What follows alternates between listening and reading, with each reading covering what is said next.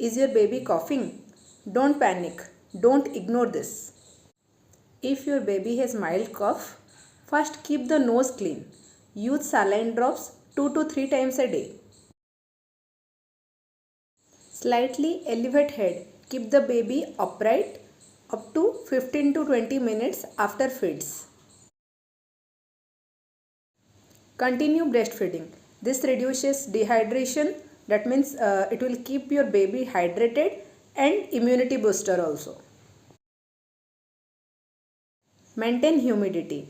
Keep a humidifier or a warm bowl of water in the room. It will help loosen the mucus in the baby. Go and see your doctor. If baby has fast breathing, chest indrawing, chest going inside, fever and baby not feeding. Follow for more such videos and baby feeding tips. Thank you.